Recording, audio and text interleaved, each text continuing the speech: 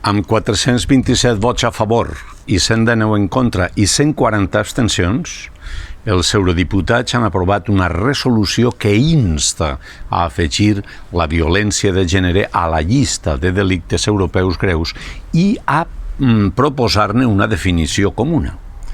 Entre els abstencionistes, els eurodiputats espanyols del Grup Popular.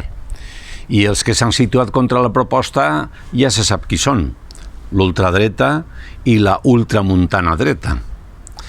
Aquest 554 dia de pandèmia coincideix també amb el dia del donant de medul·la i aquesta coincidència ens ha de fer pensar amb el sentit solidari de la societat valenciana en el seu conjunt, ja que ens trobem entre els primers dins del rànquing de donants d'arreu l'Estat.